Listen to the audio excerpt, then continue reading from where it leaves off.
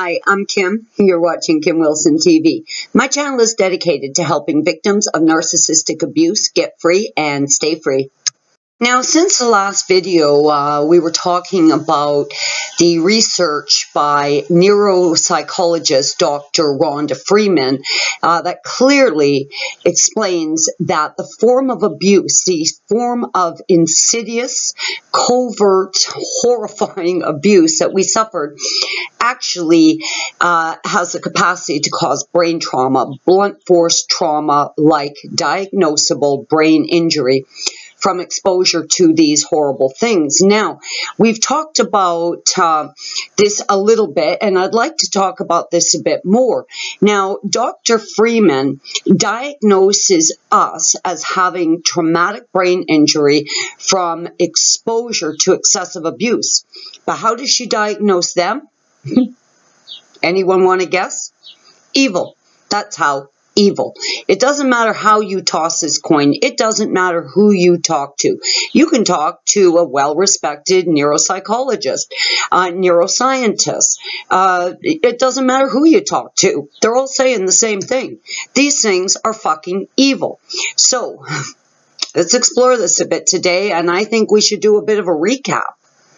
Now, throughout the time that we've spent together and throughout the exploration that we've done into what's happened to our lives, I think that we have absolutely concluded that we are not codependent. In fact, codependency is a new age term used primarily to keep victims in the loop, to keep victims in a state of, continuous victimization. So we're not codependent. We were targeted. We were absolutely sourced out and targeted. They can smell us the way a dog smells another dog in the neighborhood, or the way a vampire smells blood, right? I mean, we were targeted. So anyone still self-shaming, self-blaming, thinking that they're going around intentionally looking for someone to abuse them, no, that's not what happened. So with that said, in addition to that, of course, we were put up on this pedestal, not just loved or respected like normal people, but actually idealized, love bombed. And the reason they put us up on the pedestal is because the higher up they put us, the farther we're going to fall once the devaluing stage starts. And of course, we've all been there. We all get that. We've all felt it, experienced it, and understand that to be true. Now, Dr. Rhonda Freeman, again, a neuropsychologist, explains that the human mind can handle both good trauma and bad trauma. Good trauma, of course, being things like a move, a new job, a new baby. Bad trauma being death or, natural disaster, this sort of thing. So she categorizes this form of abuse as being far above and beyond bad experiences. Now, some of the things I listed were natural disasters. And of course, as you know, I lived in Mexico for 10 years. I was in Acapulco during Hurricane Paulina. I was in Vallarta during the big earthquake. And I will tell you, from my perspective, I was rocked from that natural disaster. So if what Trevor has done to me is considered worse than that, we're looking at epic proportion abuse to the point that our human minds, the minds of an empath, simply cannot comprehend it. They simply cannot. The abuse is so significant that it is similar to getting hit in the head with a bat, thus causing brain trauma, brain damage, blunt force trauma type brain damage. Now, if you're still with your narcissist, and we'll talk about that, but if you're free, I know that you're probably still in that absolute state of, confusion, as I was for a long time now. I've been free about 9 months.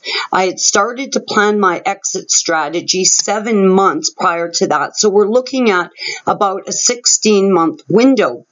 Now, the cognitive dissonance is so significant that I'll tell you, I accept what the hell happened. I accept the fact that Trevor is sick to the point that I absolutely believe that he is demonically possessed or has been overcome by some sort of evil entity. I accept that. I accept the fact that that relationship for me absolutely ended 16 months ago. I'm never going back. I never want to see his face again. I have absolutely internalized the fact that for me, I'm done. I'm absolutely done.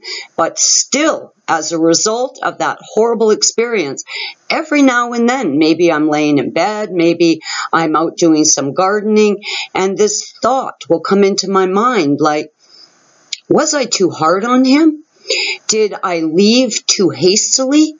Maybe there was something there. Now, this is absolutely the product of the brain injury I sustained. No, I didn't leave too hastily. For God's sakes, I stayed 5 years, went back many, many times. I should never have gone back after the first departure. This is the sort of thinking that this type of brain damage, this type of brain injury will cause. Did I overreact to his abuse? Absolutely not. I needed to get out of there. I ran like I was being chased by Satan. Why? Because I was. That's exactly why. Now, when you get free at first, there is going to be that, hot, cold kind of thing going on where, yeah, I'm so glad to be out of there. I'm in my pink bubble now. But that pink bubble doesn't last long and it's going to burst. And once it bursts, that's when this horrendous flood of emotion can come over you where you're thinking, oh my God, he was sick. Maybe I should have stood by him. Like this is all this absolute crazy, crazy thinking that we now have to deal with. I think the product of this brain damage really does start to manifest itself in the form of really poor thinking and poor decision making. And I think it's that poor decision making that causes us to get hoovered back in, to fall for the bullshit again, or to question your departure after you do leave. And I have to keep reminding myself, whoa, that's some crazy thinking, Kim. I left because my life was in ruins. I left because the man that I was in love with and I believe loved me was truly and actively plotting not just to destroy my life, but to end my life if there was any way he could possibly muster that. I left because I was in grave danger. I was in grave danger of losing what little bit of hope I had left, what little bit of sanity, that thread that I was clinging to. I was in dire, grave risk of losing that. Did I overreact by leaving? Absolutely not.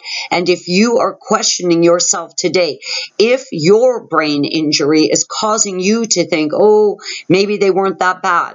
Oh, think again, my friends. Think again. They are that bad. They are absolutely buckets of fuck. That's all they are. A bucket of fuck. And you got to get away from them and you got to stay away from them. Now, I'm going to do a video right after this and we're going to talk about some of the fast track methods that we can use to start to restore our brain function so we can truly understand this in its real light. Now, clearly the narcissist is a victim of delusional thinking, but I'd be very interested to know if any of you here in our collective feel that as a result of the abuse, you too have felt yourself caught up with some delusional thinking too about the actual reality of that relationship. Now, whether you're still with the narc or you've gotten free, I'd be very interested to know if you have questioned if they were really that bad, if you should leave, were you wrong in leaving? I would really like to know your thoughts on that, or if you too have been plagued by that type of aftermath, really bad thinking. I'm Kim. You're watching Kim Wilson TV. I hope you guys are having a great narc-free day. Bless your hearts.